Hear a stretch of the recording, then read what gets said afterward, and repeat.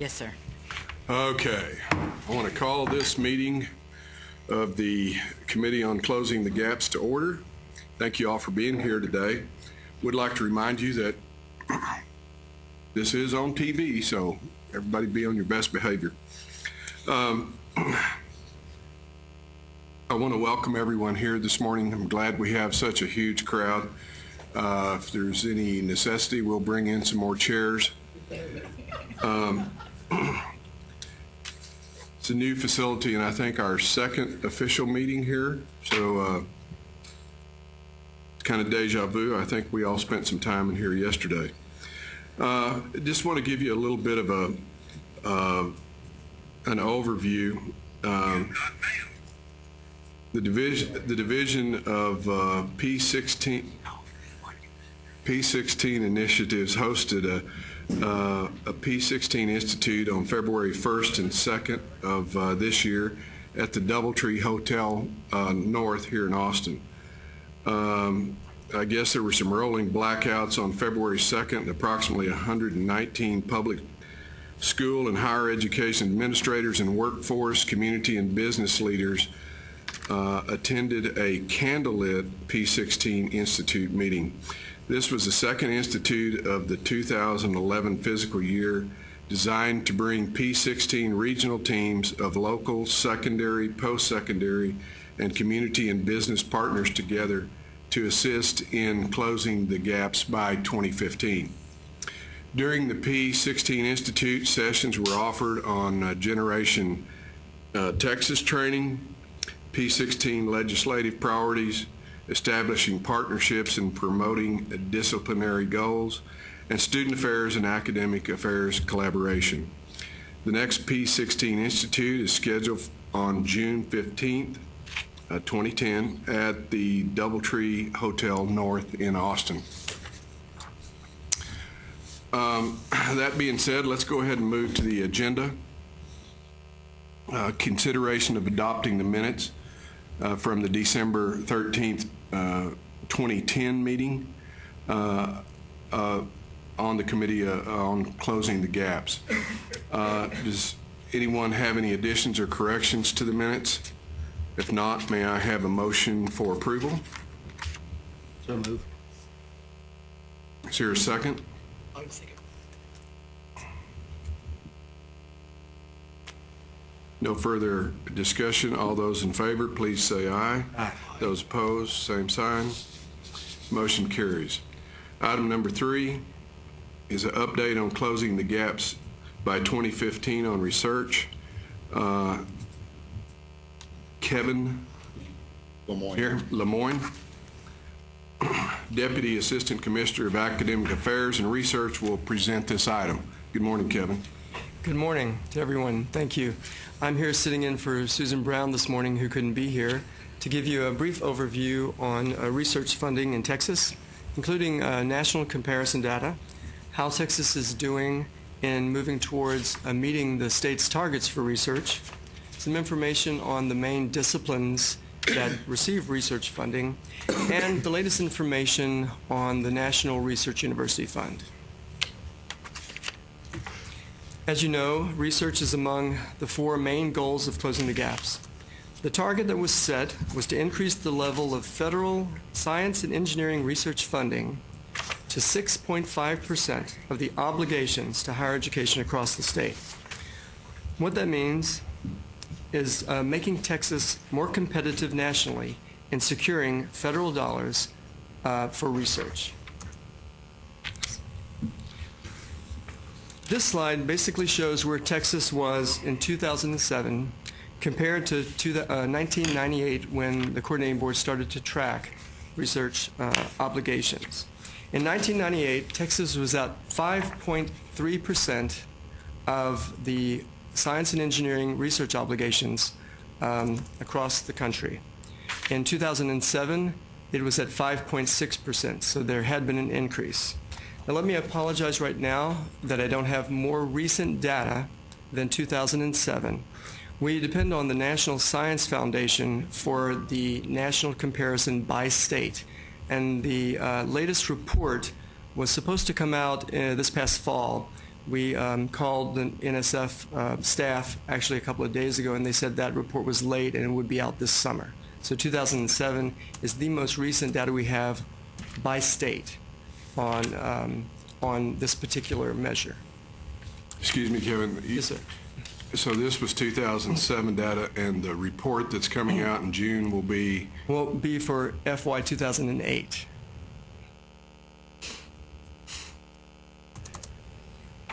Federal data is usually about 1 year behind, simply because of the difficulty collecting from all the states and verifying. But this has been one measure that has historically been problematic in terms of making very current.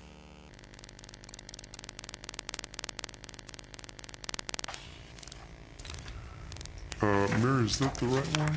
Yeah. Okay, that's the next one. Thank you. No, actually, it's the previous one. Would you go back one? Yeah. Yeah, one before it. No, next. The next one. Oh, I think we're missing one. The bar chart? Oh, no. That's okay. Well, what I was going to say, that's okay. We had a bar chart basically that showed Texas's share of federal obligations from 1998 to 2007. Basically what it shows is that while there has been an increase over that time from 5.3% to 5.6%, there was an increase in 2001 and 2008 to 5.8 and 6.1 respectively. But since 2003, the percent of Texas's share has remained relatively constant at about 5.6%. Thanks, Mary. And this is a good one.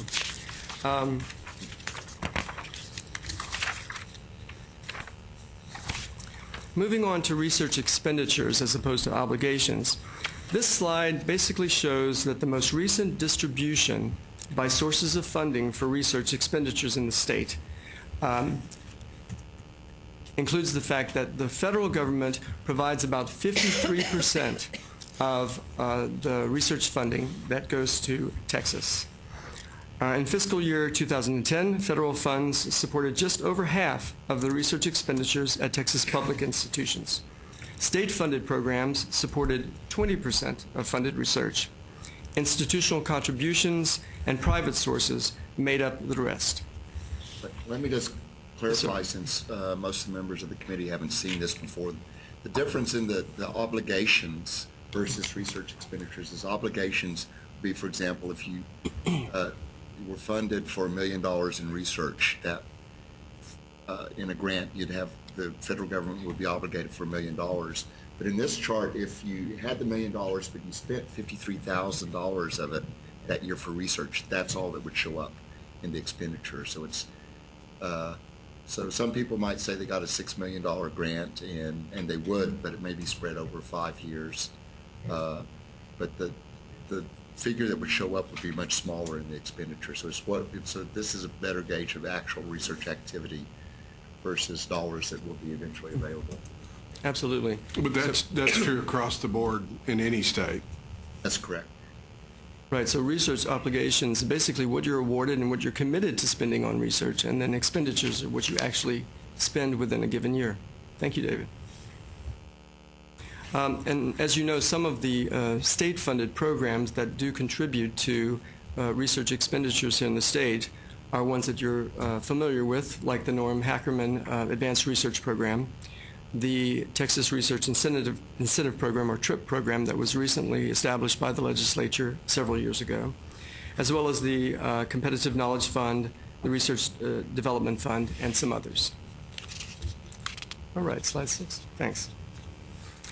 In FY10, basically this slide shows the main fields of research that receive funding. In FY10, the life sciences, which means biological sciences and medical sciences combined, totaled 53% of the research expenditures in Texas, more than half of the academic research and development expenditures in the state. Expenditures in biological sciences alone were $642 million for FY10. For medical sciences, it was $1.2 billion, and research expenditures related to engineering were $571 million, just for the state of Texas, for FY10. Thanks. This slide shows the increase in research expenditures at Texas public institutions from 2000 to the present. And as you can see, there's been a steady growth since 2000, enabling institutions to reach the $3 billion level, which is one of the targets in closing the gaps, 7 years earlier than anticipated in FY 2008. And just so you know, in FY 2009, research expenditures at Texas institutions was at $3.3 billion. 1 year later, in FY10, it was at $3.5 billion.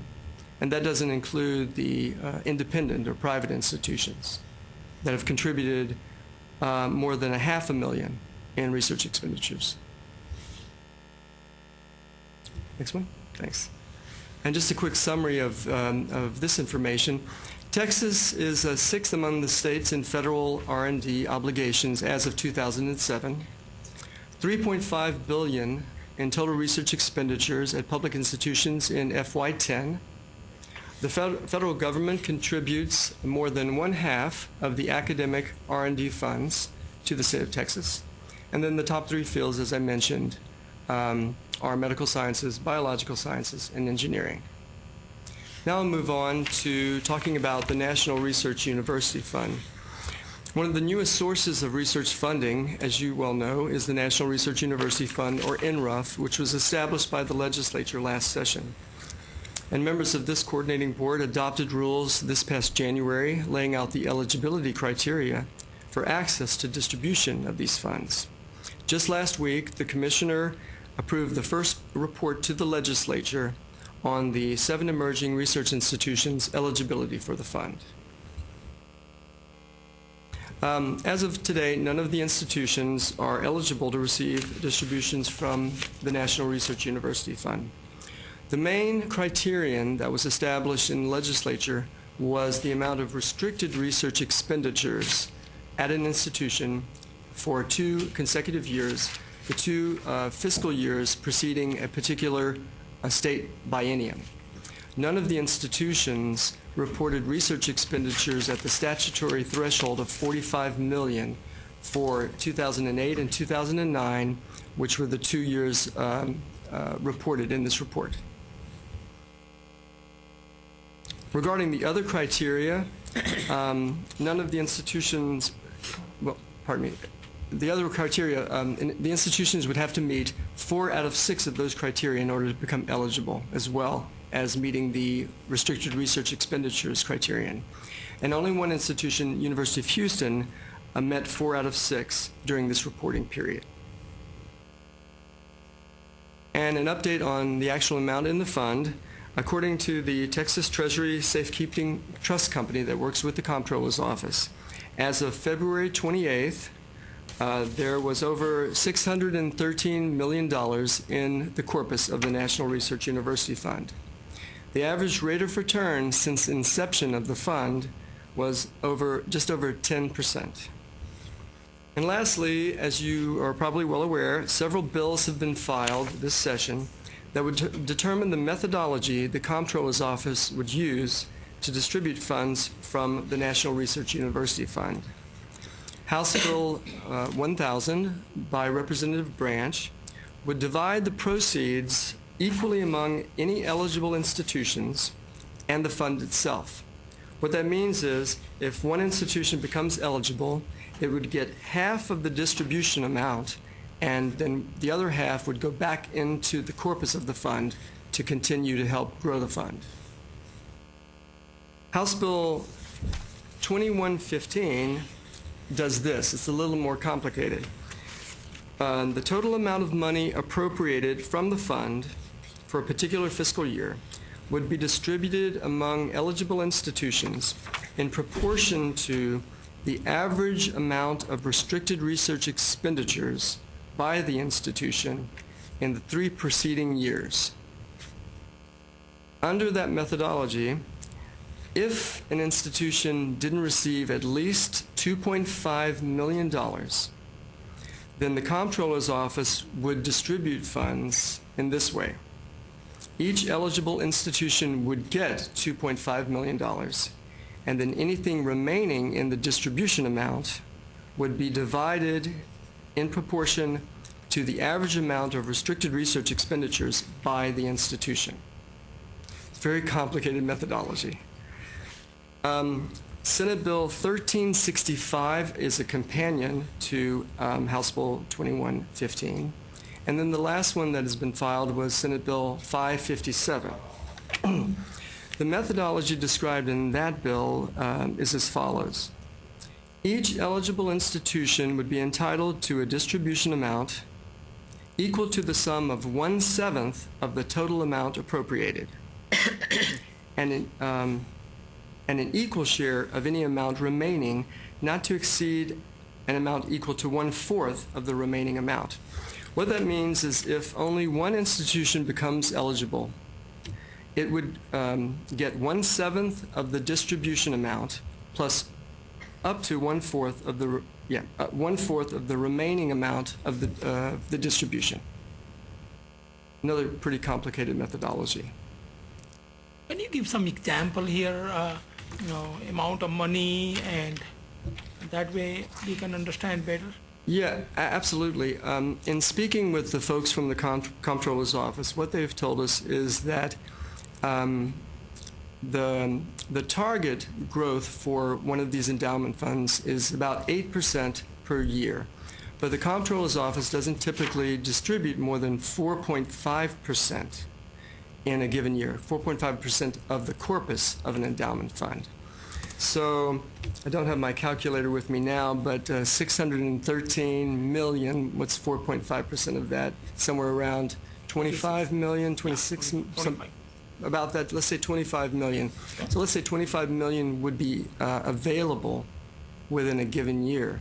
Then you apply the various methodologies to that, and you'll see how much an institution could conceivably get.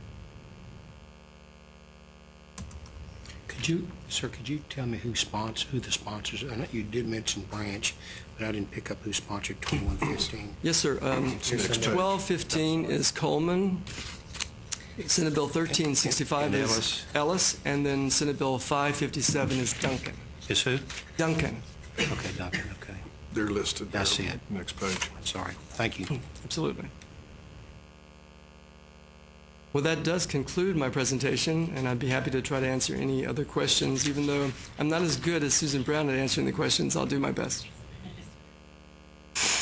Questions or comments? Do we have any feel at this time which one may be getting traction? And are we looking at, it's mandated that something come out this session, is that correct? I think one will likely pass, and there may be one or two being heard in committee today, right? I'm not sure which ones. Which one is our recommended bill out of these? Which one, Texas higher education feels will be better? I don't think the coordinating board has recommended one methodology over another. Commissioner, do you have any comment on that? Which one you think will be better? Why? No, I think they all have their strengths and weaknesses. We haven't taken a position. I'm not even sure we've analyzed every one of them, have we? We have looked at what each one would yield. But in terms of whether we think one methodology is better than another? No. Have we, excuse me, can I? Go ahead. Have we looked at how, I understand this is research money, but our goal here on the coordinating board is not, and as I see it, is more in terms of closing the gaps. And that's increasing the number of graduates by 2015 to the number we all know. Is there any way that we could see where this has a whole lot to do with some of our major goals. I mean, of course, all of us as Texans are concerned and interested in increasing the amount of research being done in this state, but I don't see where this is quite as much of an issue for us in this board as the closing the gap measures are. Dr. Golden, excuse me, the first part of the presentation was in fact directly related to the fourth goal of closing the gaps, which is increasing our competitiveness in research, Okay. and specifically increasing our share of the federal research dollars. So we don't talk about this as much, but it is our fourth goal in closing the gaps. Okay. You know, I tend to focus more personally, and I guess it's my bias coming out and with my focus on quality of undergraduate education, increasing the number of graduates, and effectiveness and efficiencies in how we operate our institutions. And I guess I overlook the fact that that's certainly undeniably an important issue to all of us.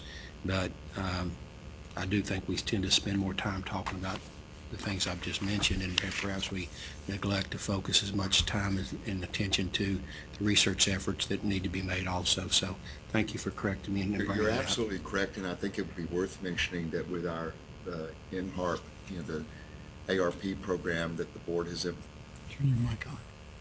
The board has emphasized in recent years the importance of undergraduate research as well. And so we have sometimes as many as half of the students engaged in those projects are actually undergraduates. We see that as a critical part of their education. And legislation in the last session really put increased emphasis on that within that ARP. So even within the research, we're interested in the educational aspect of that as well, and improving the quality of that undergraduate education, not just graduate education. So you are correct. We also take a look at undergraduate performance when we evaluate doctoral programs, which of course is the cornerstone of becoming a national research university. There are some criteria related to being eligible for this fund that have to do with undergraduate performance. Could we go back? I'm sorry. Go ahead. I don't understand why they won't let us distribute more than 4.5% when we are earning 10.09. Why they will only distribute 4.5%? What's the reason? I think that's a policy of the comptroller's office, in fact. Who changes that policy? Can we request them to? It's a controller. I don't know if there's statute or if that's simply a controller's office policy. We could talk to them about that. I think that what I assume is that they're probably looking at it as an endowment, in which usually you are managing an endowment fund, that you try to make the body of the endowment grow at the same time you're. We have a person who knows the answer. And David was right. They're actually trying to get the corpus to grow at the same time they're distributing part of the money. So, That would be pretty normal in an endowment, though. right. Correct. Can we go back to the overview of the eligibility? Yes, sir.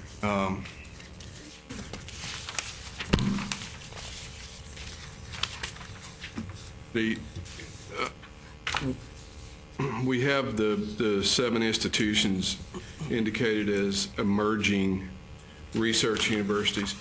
The items where none of the institutions are meeting that criterion, the restricted research expenditures, the number of PhDs, and the high-quality graduate education. Can you tell me kind of what those are? Yes, sir. And Absolutely. Well, the restricted research expenditures was a statutory threshold of at least $45 million in restricted research expenditures for 2 consecutive years.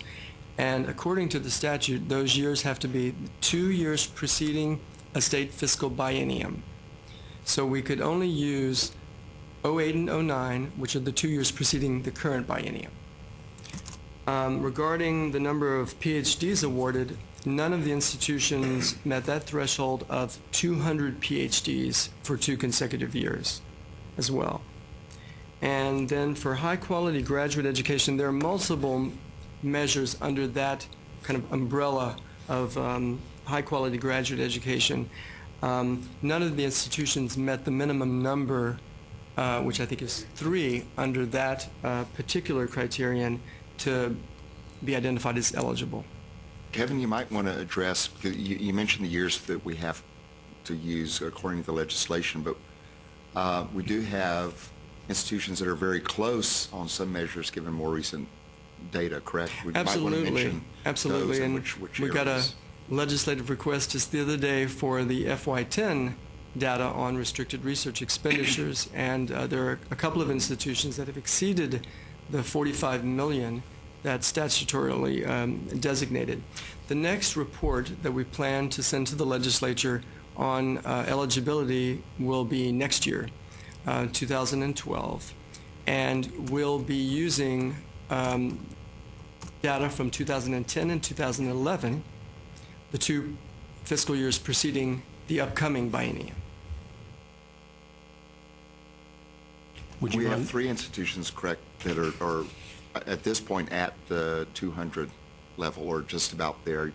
Tech, UT Dallas is just under it, and For University Turner of Houston. PhDs, I think, yeah, Texas Tech, University of Houston, and UT Dallas is just Just a below. little short, just a little short. Tech and UH, I think, have already met the 200 with the last 2 years.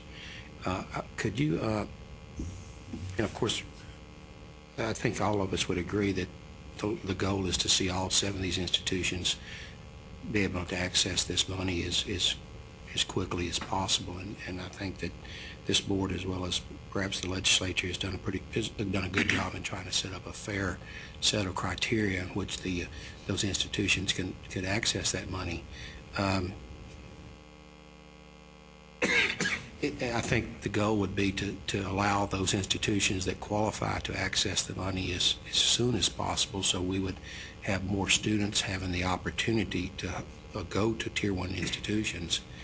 Having said that, could you comment, or someone could comment on any estimation in terms of where we think this will look like, say, 5 years from now, in terms of the number of institutions that will be accessing that money? Or do we do know, or we have reason to believe that Texas Tech would be intimately close, UH is close, and University of Dallas is showing some indication, according to what somebody's telling me this morning, which I did not know, which I'm happy to hear. Looks like they may be getting close to accessing that money, so that's 3. Do we see any others? And I'm not trying to put anybody on the spot or embarrass anybody. I'm just trying to hopefully see that the stimulus money is beginning to have an impact on pushing those institutions in a direction that we want to see them go. It's hard to predict, what's going to happen in 5 years. I think they're all making They're all progress. working hard. Absolutely, they're all working hard and making progress. I think the amount of restricted research expenditures is the gatekeeper for all of the institutions, and it's a challenge. They do have the option in the second sort of broad category of meeting 4 out of 6, and I think the institutions are targeting which of those 4 they want to work towards. What's a little bit concerning to me too is if we see, and apparently have seen some decrease in the amount of federal dollars allotted to research, and that could make it more of a challenge for all those institutions, not only here in Texas but nationwide, to access. And certainly probably it's going to be more competitive in terms of trying to get that money into Texas. And so I think the viewpoint that we need to be looking at is not necessarily the competition among the individual institutions, but collectively, what are we doing here in Texas as a group of institutions to work as hard as we can to get as much as those federal research dollars into our institutions versus other institutions in other states. And that's just a broad-based statement that I would like to make. And I hope that represents the thinking of most of the people on the board here. At least I think it does. I'm not going to speak for everyone, but we would like to see, I would personally like to see all those institutions reach a level where they can access that money, and then provide more opportunities for our students here in Texas. Thank you, Mr. Chairman. Any other questions or comments? Yes, sir. What is the difference between a number of doctor of philosophy and high quality graduate education? Are they not both same?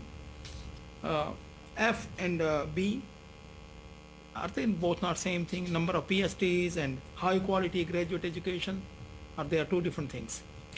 Well, there are two. Kevin can explain it better. Maybe But the number of I missed PhDs it. awarded, no, you didn't miss anything. It's just the number of PhDs awarded was one of the measures that was stated in the statute when House Bill 51 was passed. And then there was another category in House Bill 51, which was high-quality graduate education. And there was only maybe one measure identified in statute, the number of graduate programs.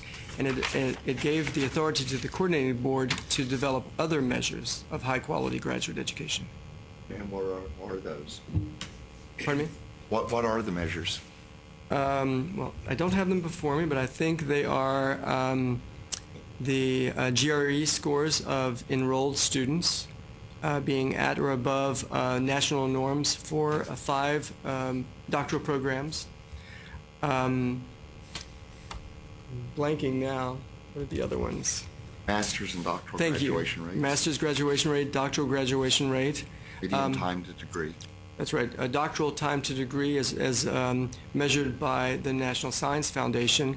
And then the institutions have an option of selecting 5 of their doctoral programs that would be externally reviewed by experts in the field to determine if they're of a level of national excellence that would qualify them.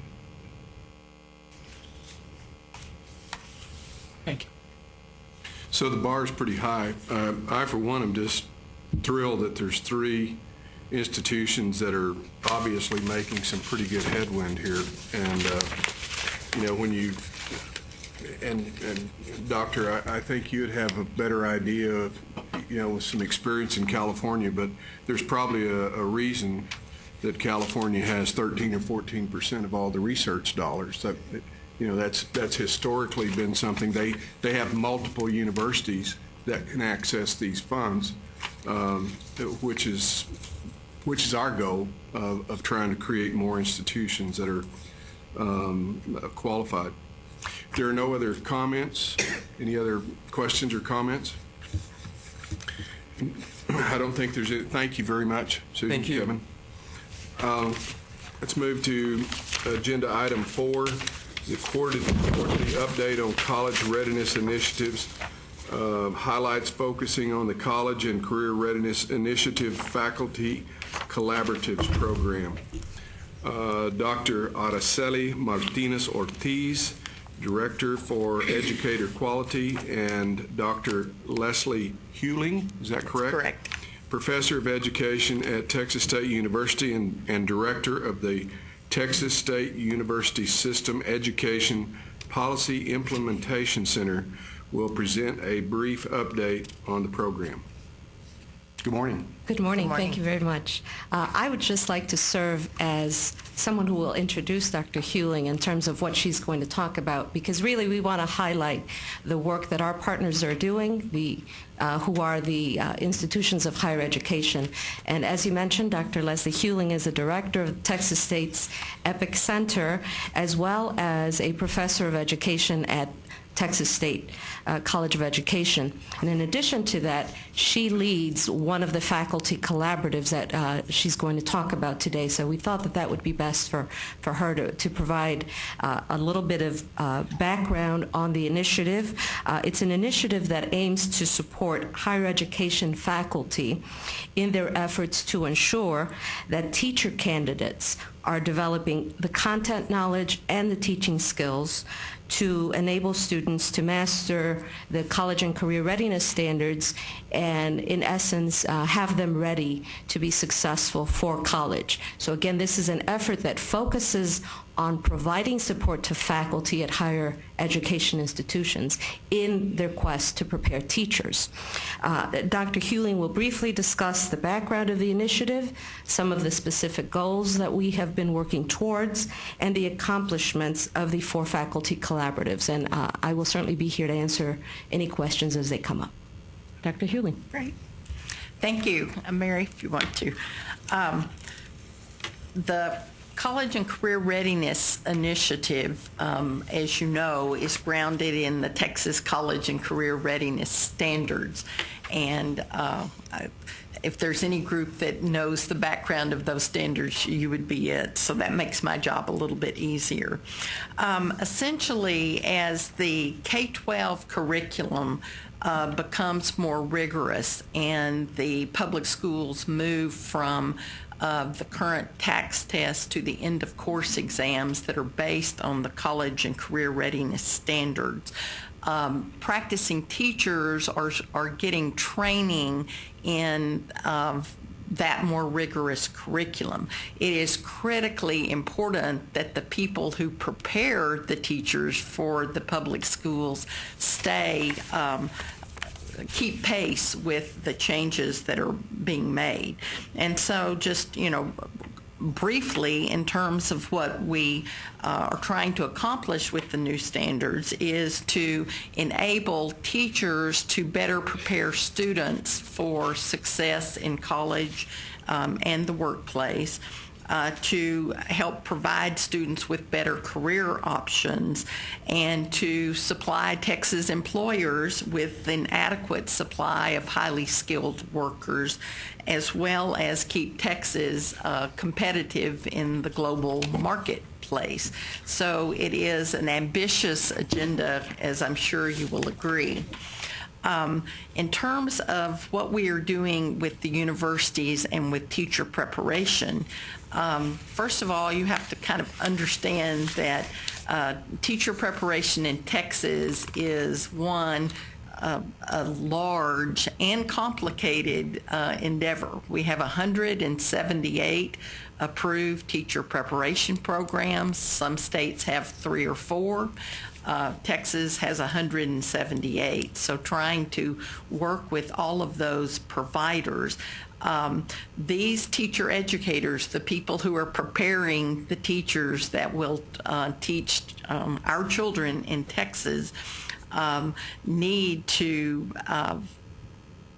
be well informed and able to prepare teachers who can go out and meet this new rigorous standard. In terms of what teachers need, teacher education is a complex endeavor. Teachers need content knowledge, certainly. They also need knowledge in how you teach that knowledge to students who are 15 years old, for example. And they need experiences working in the public schools. So they need a lab where they can put all of this together.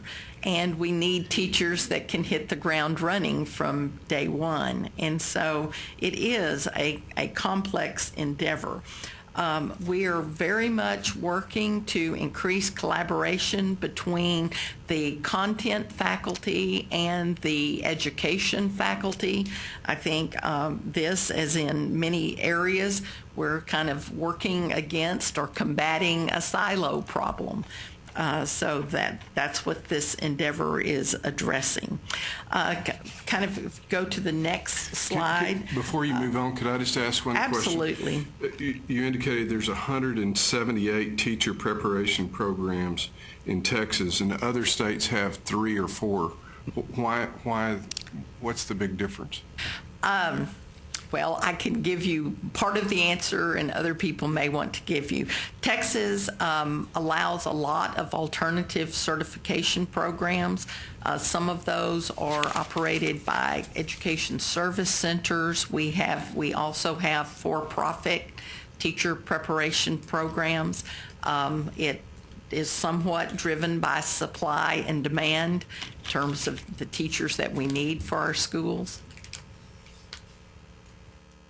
So there's really not any consistency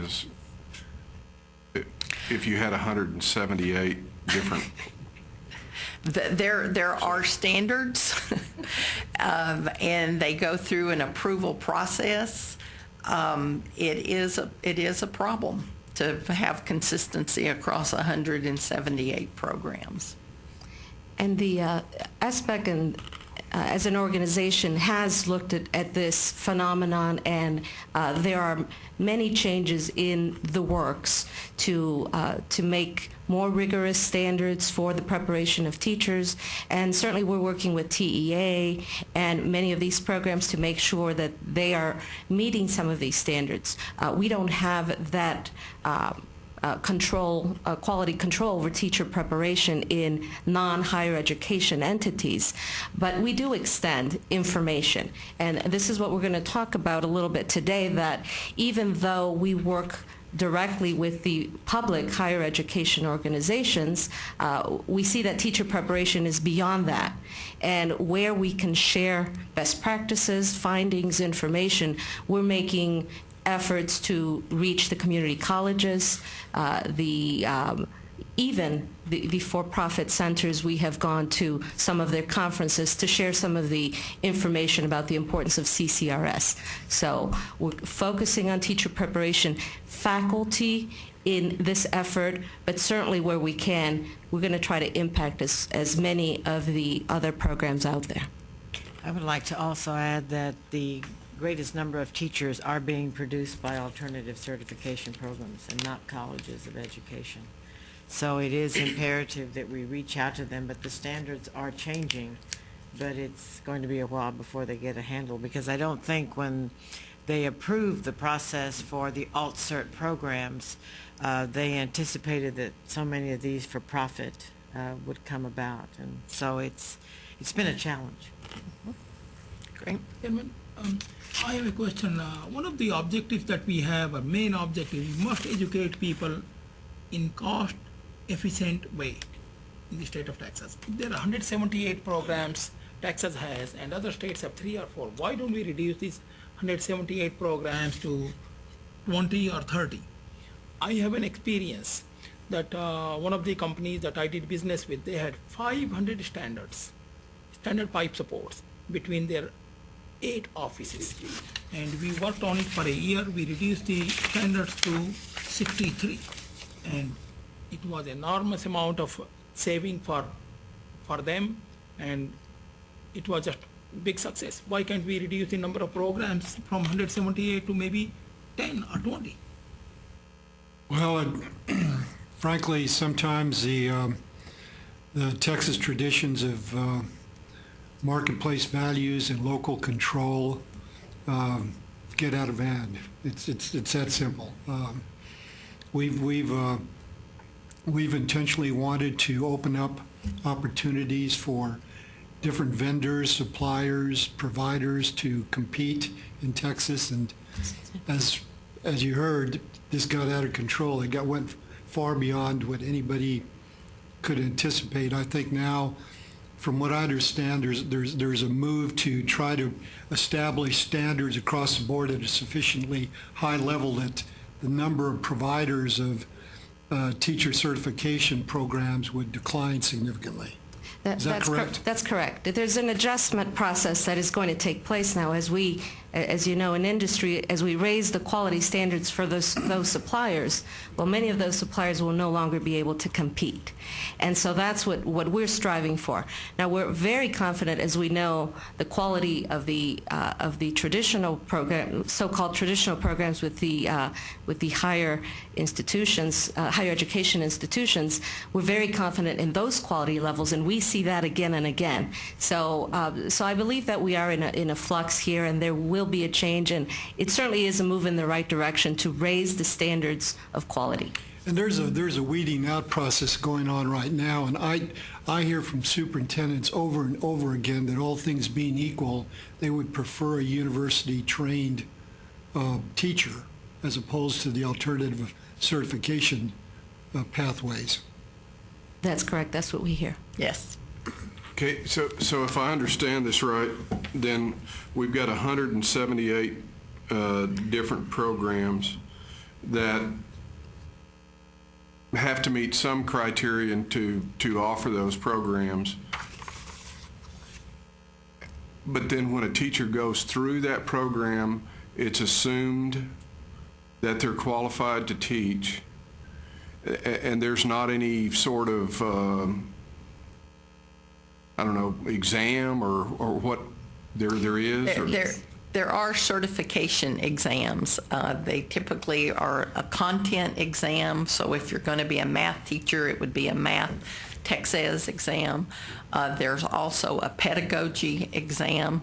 The alternatives primarily do their content exams prior to becoming the teacher of record, and then they have a year in the schools and are able then to take their pedagogy exam. So it's simply... I actually heard that word last month.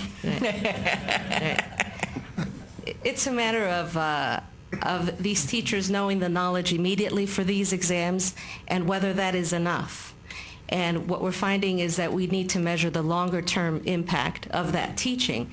And so with the past Senate Bill 174, there are measures in place to take a look at the effect of that teacher on those students, and in essence a sort of a report card, if you will, on what kinds of teachers are being produced, what quality level teachers are being produced by these programs, so that as a consumer seeking to be certified as a teacher, you go to a program that provides candidates that are successful for the long term.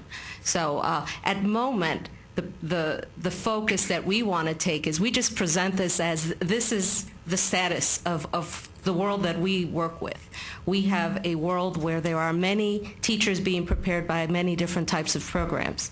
And we know that we have these standards here that we want them to teach the students. And so we're trying to get those standards and that kind of training to the teacher education programs as early as possible.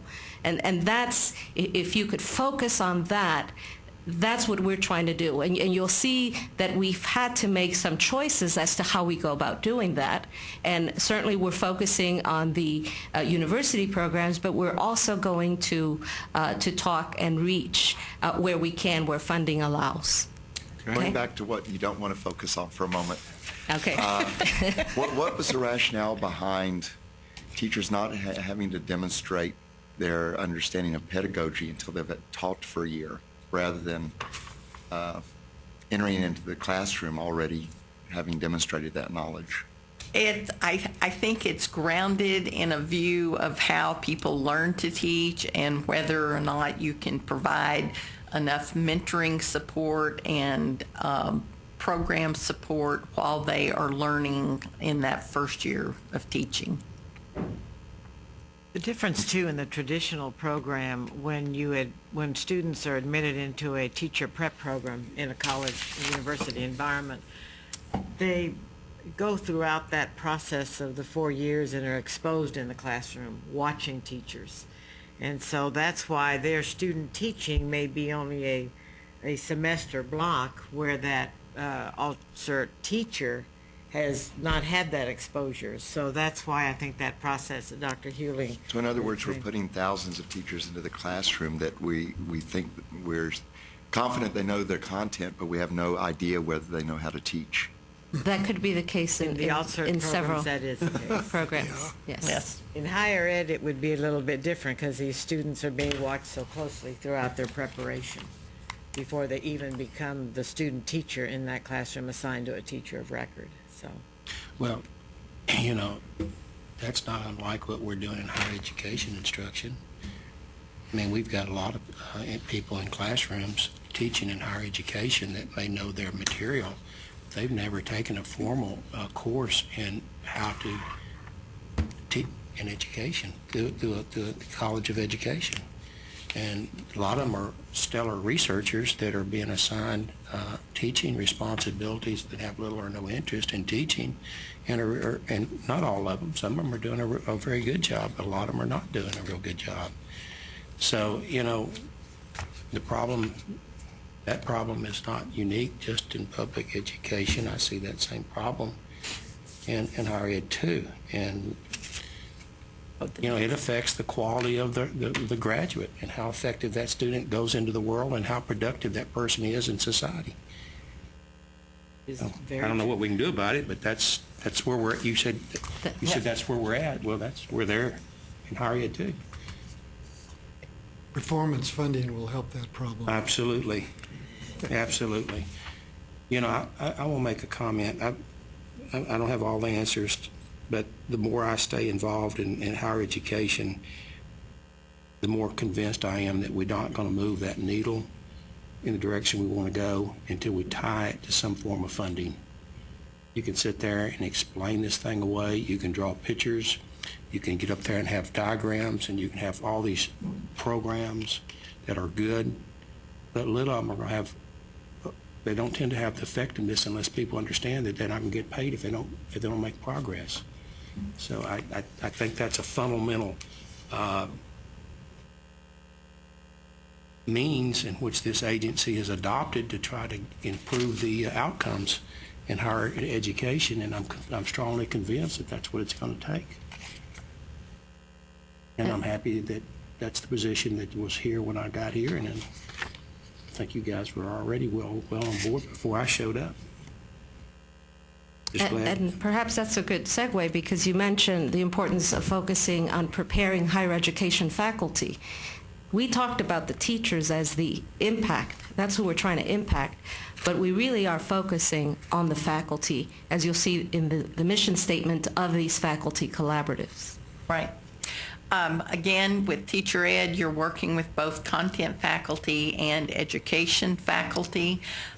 We have organized into the 4 content areas. We have different universities that are coordinating the faculty collaboratives for those content areas. University of Texas at Austin is for the English language arts. Texas State is handling the mathematics faculty collaborative. A&M Corpus Christi is the science faculty collaborative, and UT Arlington is the social studies faculty collaborative. And again, what we're working with is to provide professional development to the university faculty so that they can ensure that the teachers they turn out are able to help students master the college and career readiness standards. Go to the next one. Basically, the approach that we have taken to work with these faculty is grounded in research. We sort of have looked at the field of educational change and understanding that in order to bring about true educational change, you have to involve people in a collaborative process and get their investment in it. We're grounded in the work with adult learners, which shows that they do best when they have the chance to work over time, not the one-shot deal.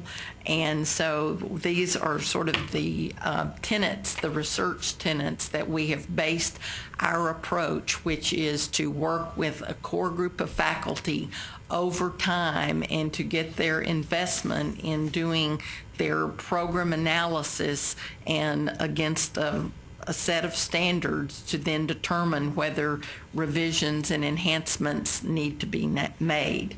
If you go to the next one, in terms of what we do in the faculty collaboratives, we have a number of different kinds of approaches. We certainly do some large group symposia where we are bringing faculty together to learn about the college readiness standards, to see what that looks like in practice and how that might need to impact the revisions in their teacher preparation program. We have more in-depth kinds of smaller professional development that helps the faculty dig deeper into the standards and the content that the standards are dealing with. We do fund some small research projects that are targeted at the college readiness standards and the preparation program. And those research projects, in turn, later become professional development for faculty.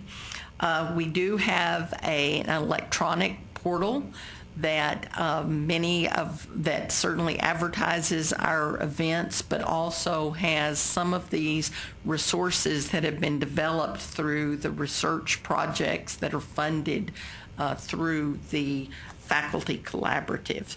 And then this last one on the teacher program analysis, we have some very in-depth procedures which involve building a faculty team of content and education faculty to look at the teacher preparation program in depth and look at the college and career readiness standards, and we sort of involve them in doing some of that work back at the campus, then bringing them together with other programs to learn from each other, and then having them continue their work back at the campus, developing action plans for their program revisions.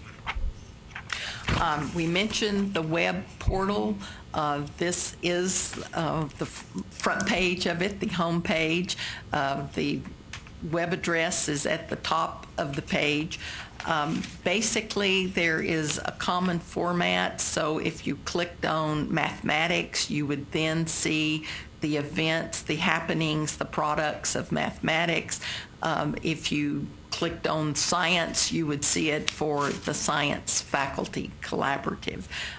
We've gone through 2 generations of this and are now getting lots of feedback that the website and the portal is operating the way we hope that it would. Go to the next one. And then we'll have time for additional questions. In terms of how we manage the faculty collaboratives, it is managed with a combination from the coordinating board staff working closely. The Texas State also fulfills kind of a leadership role in keeping the 4 collaboratives on the same page, working in the same direction. We sometimes sponsor collaborative events. For example, we had a math science symposia that was sponsored by both the mathematics faculty collaborative and the science faculty collaborative. Language arts and social studies frequently come together to sponsor events. We are very, I think, good about sharing with each other, here's the process for doing this kind of an event, here's the correspondence you need, here's some things we've learned in the process. In terms of assessment, we have 2 kinds of assessment. We have internal assessment so that every event that we sponsor is in fact assessed by the participants. We also, the faculty collaboratives as a whole, has an external evaluator from Texas A&M University. And they do a number of different kinds of assessment across the faculty collaboratives, and we'll share some of the highlights of their assessment here in just a second. In terms of the sharing and replication, we've mentioned that if one faculty collaborative finds a good process that is especially successful, we have leadership meetings between the faculty collaboratives several times a year, so we're able to share at those meetings and then help each other in the replication of those. We mentioned the external evaluators. Some of this information is compiled by the external evaluator. Some of it is compiled in the coordinating board. We've served about 1,200 university faculty from I believe, let's see if I can see the number of institutions. Okay. Oh, 65. Yeah, 65 institutions. Sometimes we do have events that are targeted to the community colleges. So I think we've done the 65 universities, and I know one event that we did, we had 110 institutions represented at the Math Science Symposium. In terms of what kinds of resources we have video excerpts of our presenters up on the web portal. We certainly use PowerPoint presentations that we've captured. We have detailed program analysis documents, and all of these are available through the web portal. In terms of, go to the next one, the external evaluation, they are in fact doing follow-up surveys with our participants and doing some face-to-face telephone interviews with participants. They also have observers at our various events. They are looking at some of the products that we are producing and doing an analysis of those. And so they are kind of coming back asking the harder question, not how did this event go, but what impact is it having back in your university on your program. In terms of some of what they're finding, you can see that we've the vast majority of the people, when surveyed, even after the fact, are saying that the professional development that they are receiving is impacting their pre-service program, that they have had the opportunity to also do professional development for in-service teachers.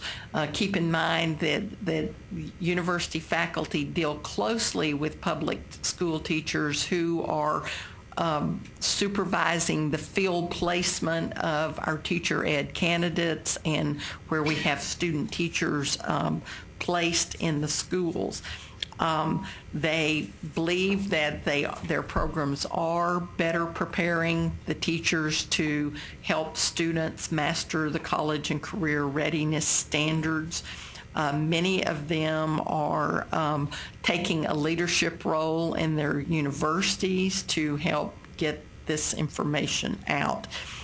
You might go ahead and go to the next one. They are changing their coursework based upon the college and career readiness standards. The second two bullets really refer more to a leadership position. So about half of the people who have been through the training are now turning around and going back and doing leadership with their institutions, and 34% of those are going out into community colleges, school districts, helping with the implementation of the college and career readiness standards. Go to the next one. Kind of pull this together in terms of what we believe we're accomplishing. We believe we're building a strong, dynamic network of teacher educators. We're sharing research with them, providing opportunities for them to be with leading scholars in the field, and giving them the opportunity to really do some in-depth analysis of their programs. In terms of comments that the participants make, if you'll go to the next one, these are kind of representative of the kinds of comments. We hear that they are going back and restructuring their programs and their individual courses, that they are really thinking about how they are teaching teachers to teach, which is a fairly complex process, if you will. Just to kind of pull it together and then allow you some time for discussion and questions, Texas has made a huge commitment to closing the gaps The college readiness standards are a big part of that. The P16 partnerships that are coming together to supply and prepare the teachers for Texas is the faculty collaboratives are a big part of providing those educators with the professional development that they need to help teachers be effective. And so with that, we may go ahead and stop here, and if you have other things you want to add, or if the committee has questions, we'll be happy to deal with those. Thank you, Doctor. Any additional questions or comments?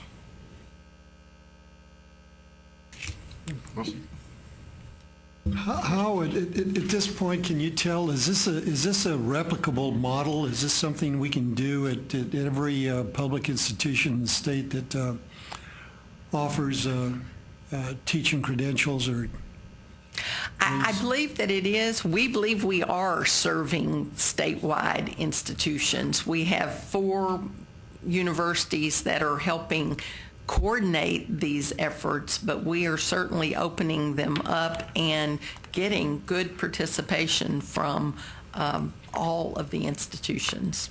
And what we see is that the faculty collaboratives is becoming a part of something that they expect to be there as a networking system.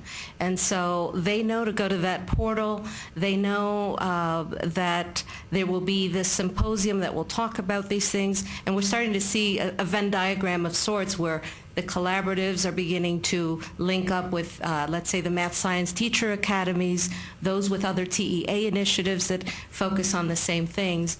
And that's important because it doesn't necessarily require one organization to run it or to replicate it. It's really growing. So the only wish we have is for continued funding. You know, right now we have funding until August of 2012, and there are many excellent plans in place to take these efforts through then. It would be a shame for it not to continue, but we certainly encourage each of these universities as they participate to help us identify other sustainable ways to keep this growing. And I think, you know, we're really making an investment in capacity building. I would like to say that Dr. Susan Barnes, our Senior Director of Educator Quality, is how we connected to the EPIC Center. Because of her experience, she has led this effort, but without any question, it is impacting statewide. And it's impacting all of the universities that have teacher prep programs.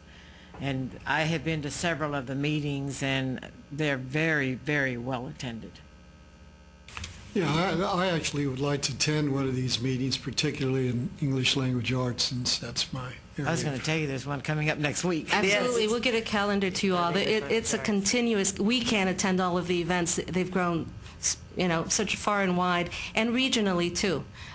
You know, they're taking place in Lubbock and UTEP, in northern Texas, eastern Texas, and certainly in central Texas. But there are many fine events, and they're very focused now on CCRS as it relates to teaching political science and preparing teachers. CCRS as it relates to teaching science to a large size classroom. There's an event this weekend on Thursday and Friday where faculty is coming together to learn techniques to teach the large undergraduate science classrooms. And so there are many fine programs in place, and we'll certainly get a calendar to you. Have you made a presentation to the State Board of Education? No, we have not. I suggest that you do that. I think the State Board would be interested in what you're doing, and presumably there should be a level of cooperation between the State Board and Absolutely. this effort. Thank you. Thank you. Very good. Any other questions? Doctors, thank you very much. Thank you. Thank you, Dr. Hewling, for all your efforts. Oh, thank you. Okay.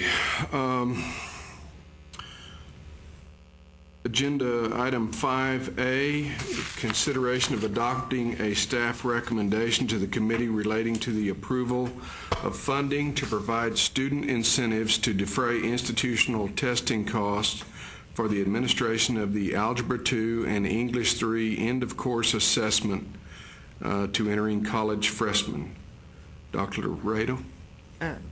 Committee members, with the enactment of House Bill 3 passed by the 81st legislature, you know that we have a new standard of performance that is going to be implemented in the public school called the STAR test, in addition to our assessment for determining college and career readiness being Algebra 2 and Algebra 3. Pearson Testing Company is the testing agency that has been working very closely with TEA.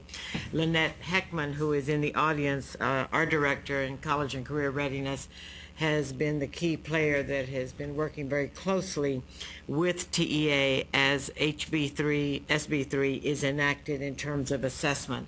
What we are asking of you, as stipulated in the blue page, is that as we come to the phase of that research that needs to be done out in the university world related to these exams, Pearson is hoping to test approximately 4,500 college students in early fall 2011.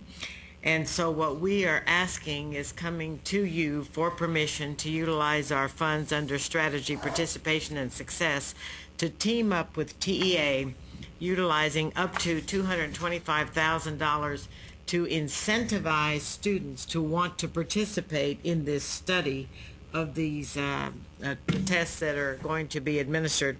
What research shows that students just don't volunteer their time to come and take a test. And so what we would like to do is help incentivize students and defray this cost by coming to the table in a match with TEA, us providing up to $225,000 with TEA also providing the additional amount so that we can proceed with this field test as part of the requirement to move forth with end of course and the STAR exam. Questions? If none, is there a motion to approve?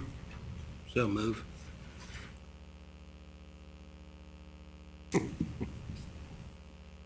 Any further discussion? None. All those in favor, please say aye. Those opposed, same sign. Motion carries. Item 5B, consideration of adopting the staff recommendation to the committee relating to the approval of amendments to extend certain contracts for educator preparation demonstration sites and to provide additional funding for such contracts. Dr. Rado? Thank you, Mr. Chairman. We have two projects which you approved funding for previously, and that is for A&M University and for Stephen F. Austin State University. Both of these institutions, the College of Education, have been in the process of the total redesign of how they deliver educator preparation. As part of their efforts, now moving into that second year, we would like to provide the additional funding of $515,000, which adds to the total cost of the project you previously approved. But we will be focusing on looking at the enhancement of that curriculum alignment of the college and career readiness standards. And as you will note on your blue page, there are 5 efforts that they will be responsible for working towards in their outcomes with this additional funding. And that would be, as Dr. Hewling spoke to you a minute ago about the curriculum and the pedagogy content, looking at that alignment work, looking at the professional development that's involved with not only the pre-service teacher but the in-service teacher that is coming through that redesigned program, looking at the assessment tools that they will use to measure the effectiveness of those teachers as they enter the classroom, which is also part of SB 174. So that's also helping a teacher prep program look at that assessment process. The third part would be to also to begin to establish a network of the demonstration sites that would help pilot and expand our work to other institutions in teacher preparation. And as part of that expansion in that network is to produce a documentary video of case studies of sample professional development and field work that could also be utilized by the other teacher prep programs as well as teachers in the field. And plus, we would like them also then to be able to submit a report on the data they've collected as they have developed these assessment tools and this process that they've gone through. So that what we are working towards in this process, second year leading into that final year of funding, is that we'd like to be able to scale what we are doing with our other institutions. So that's why we are requesting this funding. Both of these programs have been closely monitored by the evaluation process and have already begun to produce many materials because of their work in this total redesign and in the campuses where they are working, in the secondary school campuses. So I've actually sat in on presentations. Dr. Barnes' voice is a little strange. She's had her allergies attack her, so she doesn't talk much because she'll go into an asthma attack. But Dr. Araceli Ortiz has also been working very closely with these demo sites. Very good. Any questions, discussion? Not, could I have a motion to approve item 5B? I so move. Is there a second? I second. If there's no further discussion, all those in favor, please say aye. Aye. Those opposed, same sign. Motion carries. Item 5C, consideration of adopting the staff recommendation to the committee relating to the approval of amendments to reallocate funding within the work-study mentorship program. Dr. Laredo. In January, I started monitoring with the directors of the respective programs, and specifically this program, the budgets and the expenditures of the funds by the respective projects that were awarded this really 2 years ago, because this is a 2-year process of a grant. And where we noted that projects were not expending the funds and would not expend them by the end of this fiscal year, we drew back those funds and then offered those funds to institutions who had work that they wanted to do but were running out of funding. And so what we are asking that we be allowed to amend the contracts for those institutions, and they are listed on the back page, for those institutions who were part of the original award, to decrease the amount, if you will notice, of the 2 institutions, and we have taken that money and increased it to the institutions as indicated, and then show you the amount, the final amount of their grants. The funds that they are being given will be expended by August 31st of 2011, which is indicated by the end of completion of the grant. So the funds that they're getting now, they had to provide a plan for how they would use them and that they would be able to expend them by the time required. So I'm asking permission to go ahead and proceed with those amendments in order to ensure that our funds are spent. Any discussion? Not, could I have a motion for item 5C? So move. I second. Y'all are starting to sound like a record here. All this is pretty clear cut. That's right. No further discussion. All those in favor, please say aye. Aye. Those opposed, same sign. Motion carries. Item 5D is consideration of adopting the staff recommendation to the committee relating to the College Access Challenge Grant 2009. Dr. Laredo. These are the funds from the College Access Challenge Grant that were part of the original award from 2008 that now culminates at the end of this fiscal year. These are some projects that have moved forward, and again, we started in January to monitor their expenditures, and this item is in 2 parts. Our College Connection program, 2+2+2, we found that we had funds that would not be expended, which is in the amount of $235,000. And so what we did is, as we did in the previous, contacted the programs to see where funds were needed, And the University of North Texas has a program that they want to implement this summer. Funds would be finished by August 13th of 2011. And so of the $235,000, we are requesting permission to move $100,000 additional funds to the University of North Texas so that they can proceed with the program they want to implement and finish by August 13. And the remaining $135,000 that would not be spent by the College Connection programs would be put into our need-based only, our scholarship program. The scholarship program, which you have approved in terms of our College Access Challenge Grant, has had overwhelming response. We have certainly more students requesting the funds than we have money, but we feel that this $135,000 will definitely be utilized very quickly and will be spent. So that is the two items that are under this category for the College Connection program, to amend the grant and to utilize the funds that would be sitting on the table if we did not expend them at this time. Any discussion? If not, could I have a motion for item 5D? So move. Is there a second? Second. All those in favor say aye. Those opposed, same sign. Motion carries. Item 5E, consideration of adopting the staff recommendation to the committee relating to the request for applications to develop online professional development modules for higher education faculty for item number 1, the teaching of writing and research, and item number 2, best practices in undergraduate education and pedagogy. I got that, huh? Dr. Davis, good morning. Morning. How are y'all doing? Just fine. Yourself? Good, thank you. This is a continuation of a project that we have already been doing. This was done as a part of the this came out of the course redesign project.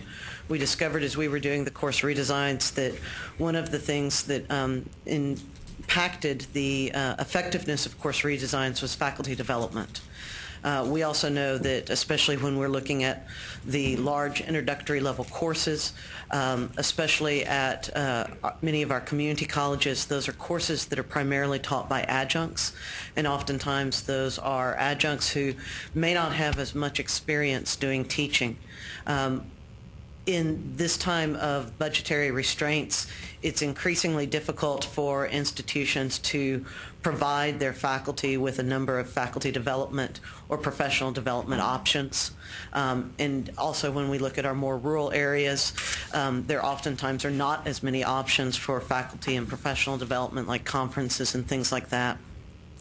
So we have in the past had grants that developed 4 online sets of professional development modules: critical thinking, reading comprehension, foreign language and second language instruction, and then online and hybrid education. Those are currently up on the texasprofdev.org website. We've had some good hits on those. I was reviewing this morning the draft of the assessment report for the first year of those, and we have an indication that there has been good usage. The faculty members that have used those modules have been very pleased with them, and that they are recommending them to other colleagues. At this time, contingent upon the availability of funds, we would like to release an RFP that would solicit proposals for the development of 2 other sets of modules. One would be writing and research across the curriculum. The second would be best practices in pedagogy and instruction, which would also be applicable to all areas. All of these modules are done in alignment with the course readiness standards, and they are available for both secondary and post-secondary faculty. Questions? If not, could I have a motion on item 5E? So move, Mr. Chairman. Is there a second? All those in favor say aye. Aye. Those opposed, same sign. Motion carries. Thank you, Doctor. Agenda item 5F, consideration of adopting the staff recommendation to the committee relating to amending the contracts for the intensive College Readiness Program for adult education students to provide additional funding and extend contracts to year 2012. Dr. Linda Munoz, Senior Program, I'm sorry. I was just going to say, pardon me for interrupting you, but I wanted you to meet Dr. Munoz because she is the director of the ABE efforts in our unit. And since she has not been brought up to the dais to do this in the past, I thought this was a good time. She came to me this morning and said, "Oh my God, I'm so nervous." I said, "You don't need to be nervous. They're very nice." But that's why I've asked her to come and let her present them, because she's been working very hard in the last year with these ABE projects and is very close, visits them quite often.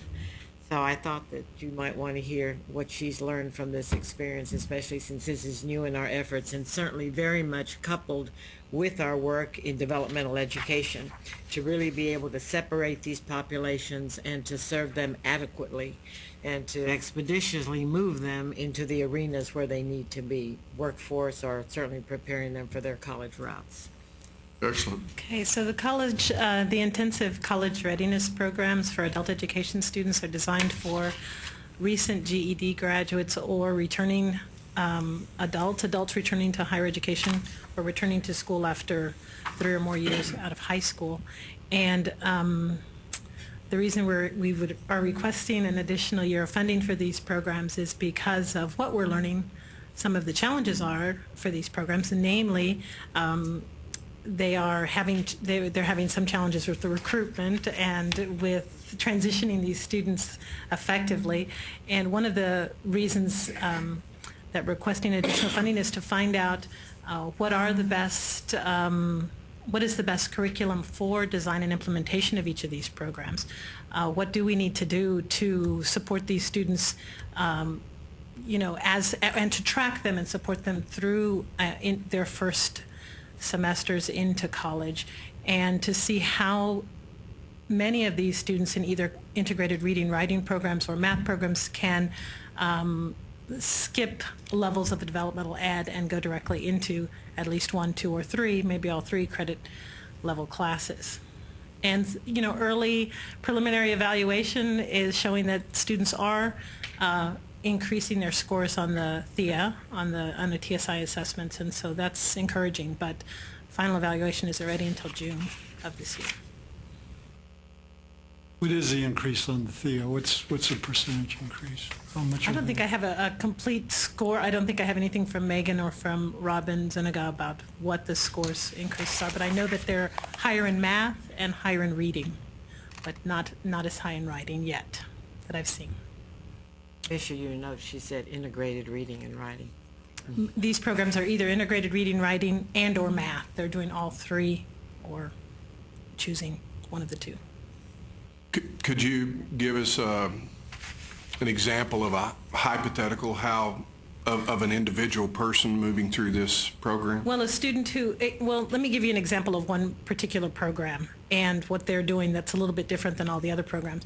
One of the programs in San Antonio is doing an intensive English language program in reading, writing, and these are for students whose first language is not English, but who may have high school or some kind of credential in their home countries, but they need language proficiency, English language proficiency. So they're working, so these students may have come into an adult education program in San Antonio, but maybe didn't want to get a GED because they have a credential from their home country. And they instead want to get into college, or they want to go down into they want to take technical or career courses, and so they are entering into this intensive, really it's an intensive English reading, writing course for students who just need proficiency in English.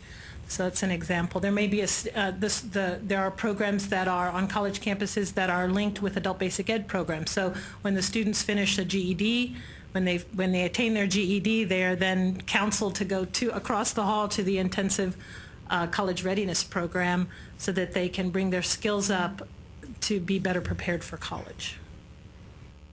Okay, but this might not just be college. It may be a career. Someone that was going to a career. Correct. It could be employment as well.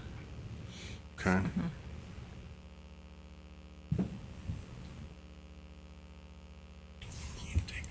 I understand. Well, I'm stalling here until our other member gets back. Daria, did you have any questions?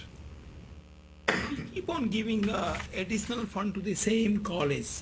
Don't we want to ask the other colleges to see if they are interested in doing what the other people are doing? Well, I think from what we're learning so far, it's taken these colleges a little bit of time to figure out how to recruit these students. If the college has an adult basic ed program or they have a really strong partnership with a community adult basic ed program, then they seem to have an easier time recruiting these students into these college readiness programs.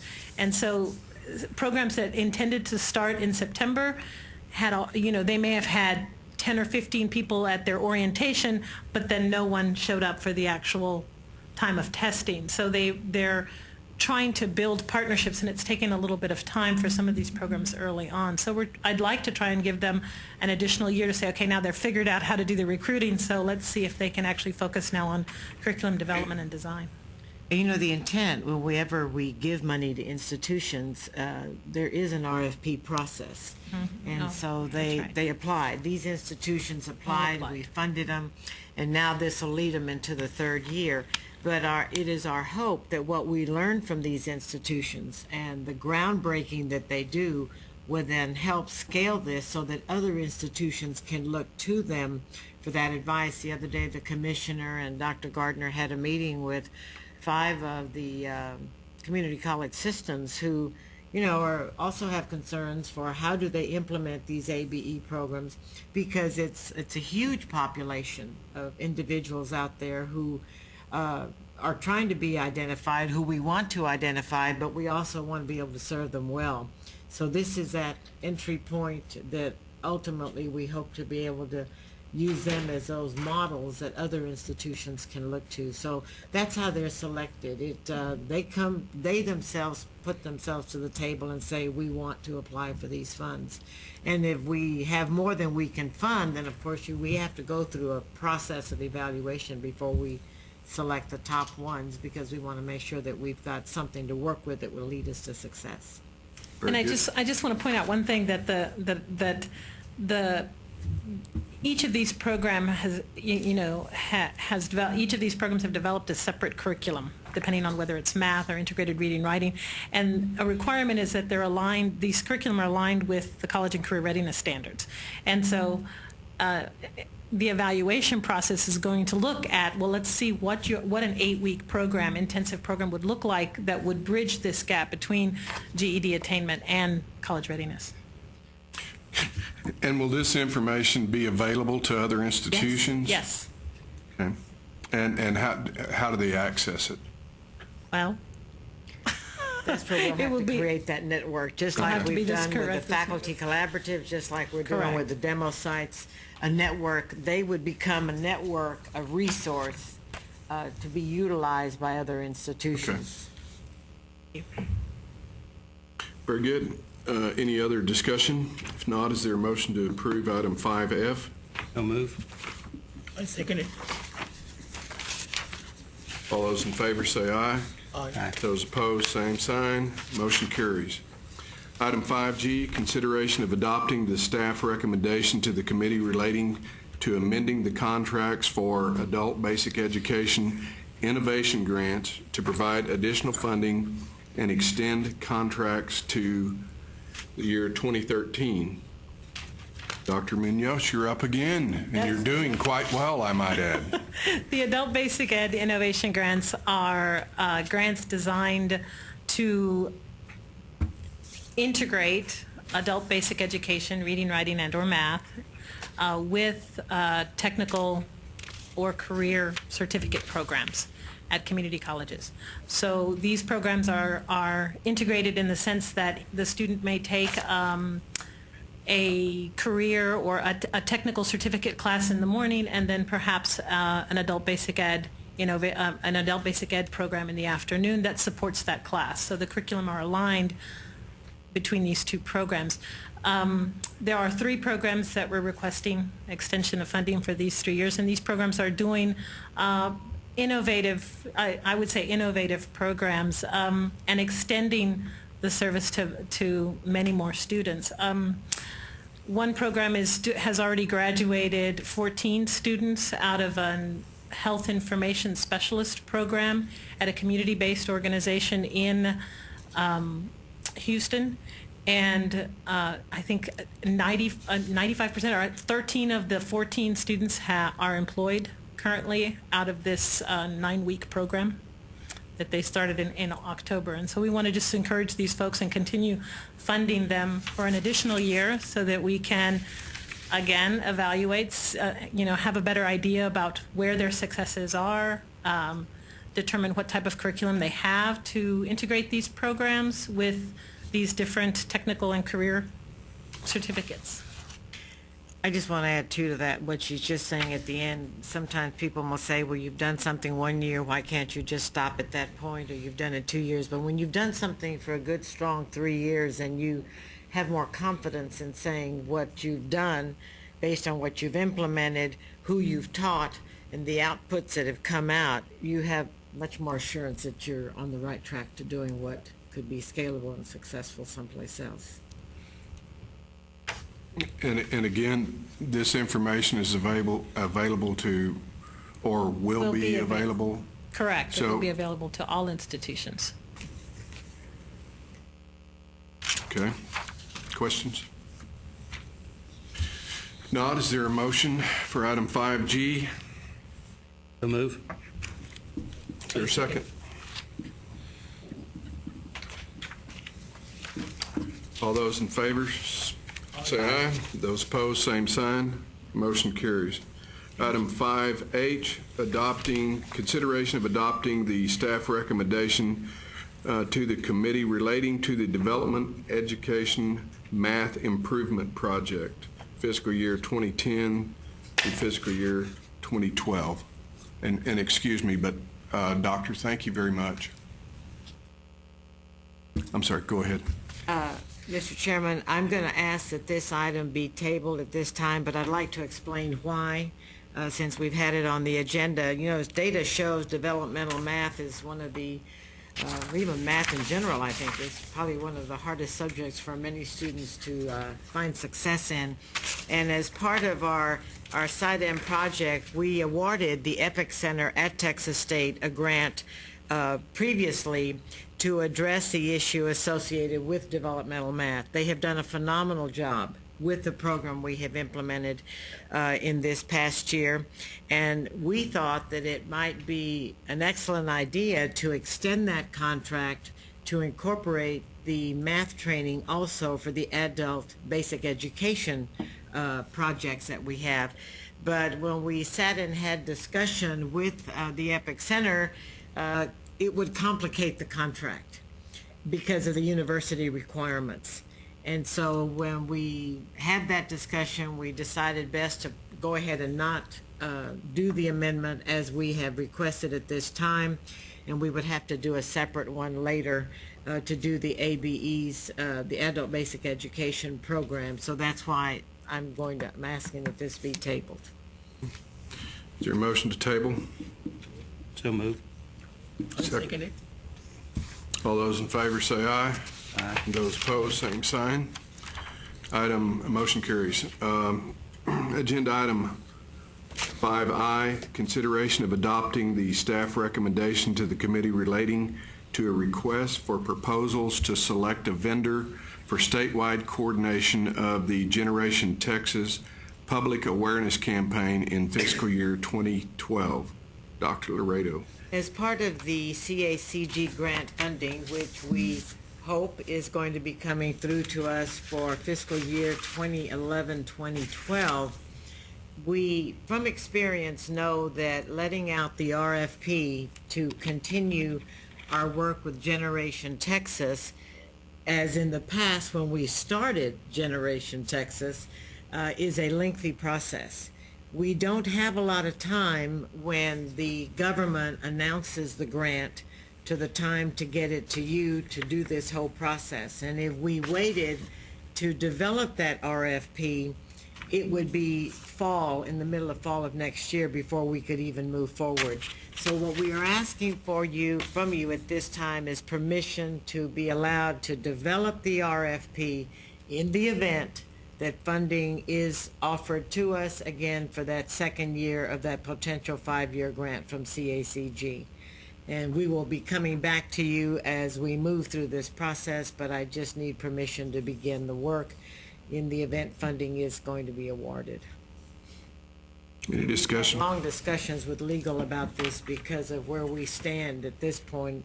We have a contract right now with Milkshake, but we don't know what the future holds. We'll have to do an RFP because this contract that we have with them will be ending at the end of this fiscal year, of the one that we started, the original one, back in 2008.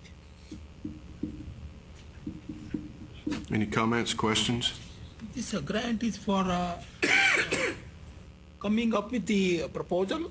It's just being given permission to do the proposal, to go ahead and begin the development of it. It will cost $2 million. We're going to be, that's what we are proposing, up to $2 million. This would be then to scale Generation Texas across the state. Right now, we only have 5 markets under our original funding of the first $5 million. So this will be to put it to scale across the state and to implement it, to make it entrenched in those communities. So this is the second phase of work. And Mr. Chairman, I should point out that the committee is being asked to approve this item, but because of the amount of the item under the board's rules, the board would also have to be asked to approve the item. Okay. But we always start out with you as a committee, and then I take the big full item to the full board. This will be an item for discussion with the board. Okay, so this is a continuation of the original Gentex project, so it's not a recreation. We're not starting from scratch. We're taking what we have and moving it statewide. That is correct. Okay. Any other questions? If not, is there a motion? So moved, Mr. Chairman. Is there a second? I second it. Although, go ahead. All those in favor?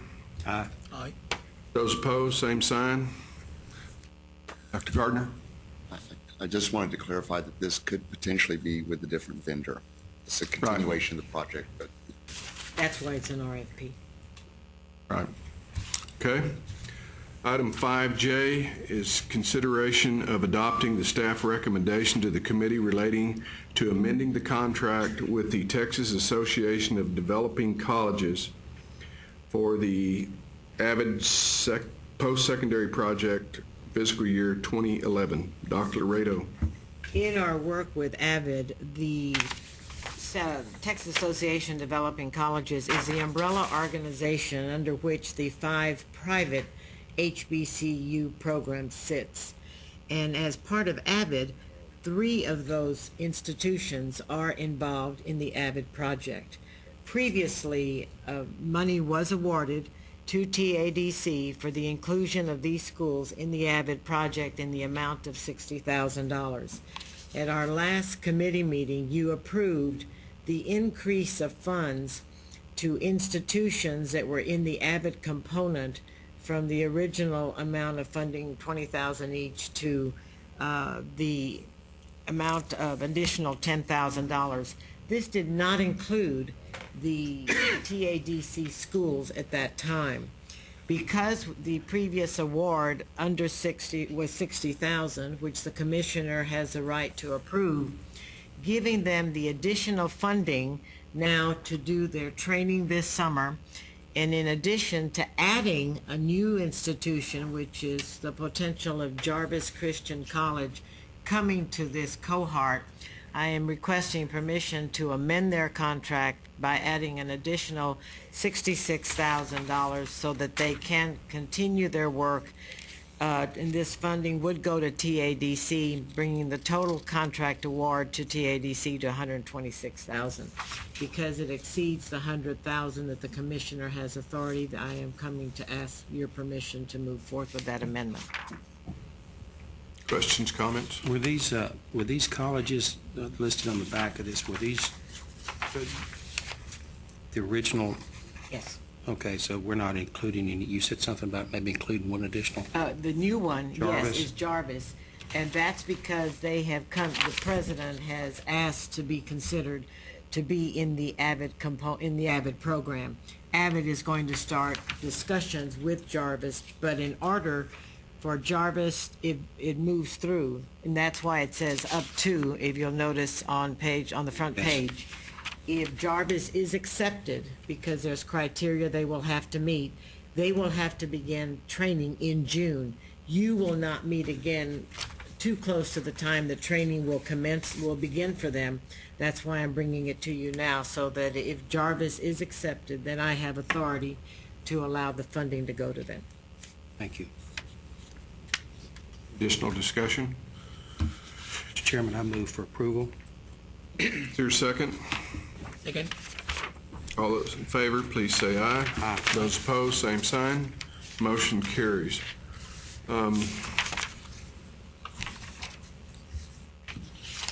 Item number 6, consideration of adopting the staff recommendation to the committee relating to the guidelines for the 2011 Texas Higher Education Star Awards. Dr. Laredo. Dr. Gardner may want to chime into this because I know he's closely married to it, but you are aware that since 2001, we have been recognizing public institutions, private institutions, school districts, private schools, organizations, groups, individuals who are doing work out in our community across our state that are advancing our efforts of closing the gaps. You all have been at the luncheon when the awards have been presented, and so we are coming to you again at this time to begin that process and to obtain your approval. In the document, you will note all the criteria as well as the timelines. There's a timeline for implementation of the Star Award process. The difference is this year, in addition to the awards that we have given in the past, we have added 2 of them and 2 new ones, and it relates to the work that you're doing. One being the cost efficiency methods at Texas institutions of higher education. We'd like to see what might be taking place out there that someone should be recognized for those efforts. A massive study has just been conducted and worked by this agency under the requirements of the governor, and so if this is what institutions need to lead to as they implement their programs, then this would be a good time to begin to recognize those that might already be doing it. The second one is that we have not recognized excellence in teaching, and we would like to also add that component. Of the awards, the coordinating board can offer up to 12 awards. They don't have to give out 12 awards, but of the 3 categories that were previously there, we'd like to keep them, but would like to add one in category for cost efficiency and one for excellence in teaching. There would be external reviewers, there would be internal reviewers. There's a full process that's already been implemented. Dr. Mary Smith is the individual who oversees this, has done an outstanding job. She couldn't be here at this time because she had an appointment that she had to get to. Dr. Gardner, I don't know if you'd like to add something to this. No, I think you covered it quite well. We just have thought the award should be responsive to changing board initiatives. It's still loyal to closing the gaps, but it does recognize the importance in addressing cost efficiencies at universities that make sense, that can be scaled up, and also the importance of teaching at the institutions. I should say this focuses on undergraduate teaching, not graduate instruction, so those who are excellent undergraduate teachers. If you have 12, it's sure going to be a long lunch. They have a good process though when they award them and they come to the front. I mean, it seems long, but it really has gone very smoothly in the last couple of years. I'm just kidding. Last year I had spoken with Dr. Mary Smith that I think we should give some award, some monetary award to these people. And I did speak with Dr. Gardner this morning also. If we can raise some money to give award to these people, financial award, that would be a good thing to do. Last year it was too late. Can that be done? Maybe commissioner will have to look at, or somebody will have to look at to see how we can raise money to give awards to these people. Then item number 4, cost efficiency. I think this teachers program, 178 teachers training program, that should be reduced to 18 programs. That should go in cost efficiency. I think that 178 programs are too many. I'd certainly support that, fellow member and colleague. I'd certainly support that. Okay, is that a recommendation, or are we going to, No, I don't, it's a strong encouragement. I think that's what, no, you're indicating a monetary award of some sort, and I don't know that there's any We have to provision. raise the money. Right. I think, and we had that discussion, Dr. Mary Smith spoke with us when we were talking about this item, and what we'd have to have assurance is that once we raise it and we give it this year, that it is continuable in the years to come. And the other thing, in the process, we would also have to look at how we do that, because when you're talking about money, then whoever might be funding it to give that money, since we can't use our own money here at the agency, we'd have to have criteria and make sure that all that process is followed. So that would add another equation. That doesn't mean we're not in favor. We certainly support it, and it is done in public education. There are teacher awards that are given out, and there is a company who has funded that in another city. So it's something for us to look at. And when are the awards? In They're November? given in November. They're given at Okay. the, So if that's something that we might want to look at, that's probably going to have to be a board movement anyway. we'll have rather to than talk the to Nina. committee. I don't think Is- Nina's not is- in the room. is there a possibility, I don't mean to interrupt. Go right ahead. Is there a possibility that we could begin seeking grant money, like from the Houston Foundation or the Gates Foundation or something like that? I mean, we could certainly, we could raise the money, that's good, but if we could get foundation support, that would probably be even better. I think we'll have to defer to Nina and the commissioner and Dr. Gardner as we move forth, so that we're not tapping into areas or. That we're already tapped Yeah, we've into. already tapped, or where we might have some efforts already in place, but I certainly think that Mary can move this forward and we can begin that discussion. I don't Okay. see that as a problem. You know, one of the, I don't know how much, Mr. Chairman, can I speak? Please do. How much do we get any funding from the Houston Foundation? Yes, we have, I know I have funding in one area that work we're doing. Are we over tapped into that source? We've received several $1 million from the Houston Endowment. The Houston Endowment, okay. But there may be companies, I'll give you an example. HEB Corporation in San Antonio funds the teacher awards for teachers, and they have funded it for years. It's a small award for the teacher from each school system. I think it's something like $1,500 or $2,000, and then they have a big award because the top teacher of those school systems is selected. So it may be that there is, I think Dr. Gardner and I talked this morning, it could be that another grocery chain might want to come to the table, because they do public schools. We might tap into someone who wants to do higher education. So I think it could expand beyond a foundation. We could go to a company. Also, sometimes we don't use the money that we have, and we redistribute the money to other institutions. We can use some of that money to give this award. I've seen this in many board meetings. People don't use the money that we had given them. But I think there's criteria under state funds of how we, Unrestricted funds. under state funds, it would be more, it's restricted, and certainly under the grants, depending on what the grant has been awarded for, we'd have to follow those guidelines. But in my 3 years here, I've not had funds that I could distribute, to a teacher. A corporate sponsor would make the most sense, so we'll take a look at what our possibilities are.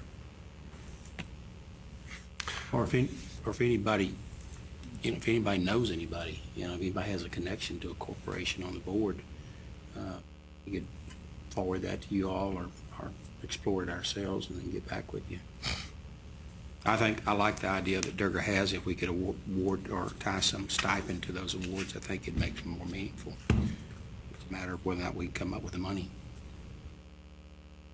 Okay, if there's no further discussion, is there an item, a motion, excuse me, for item number 6?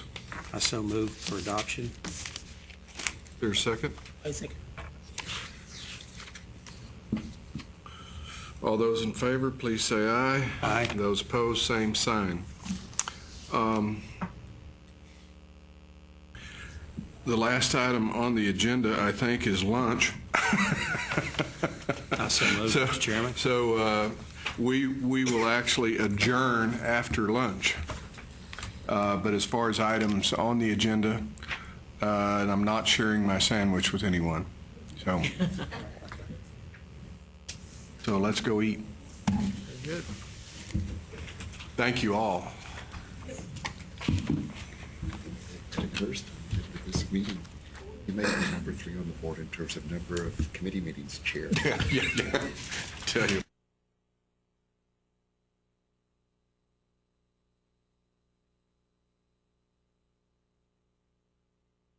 Do your thing, Mr. Chairman. Absolutely, absolutely. All right, there being no further business, do I hear a motion to adjourn? So move, Mr. Chairman. I second it. All those in favor say aye. Aye. Those opposed, same sign. We're adjourned. Gentlemen, it's been a pleasure. So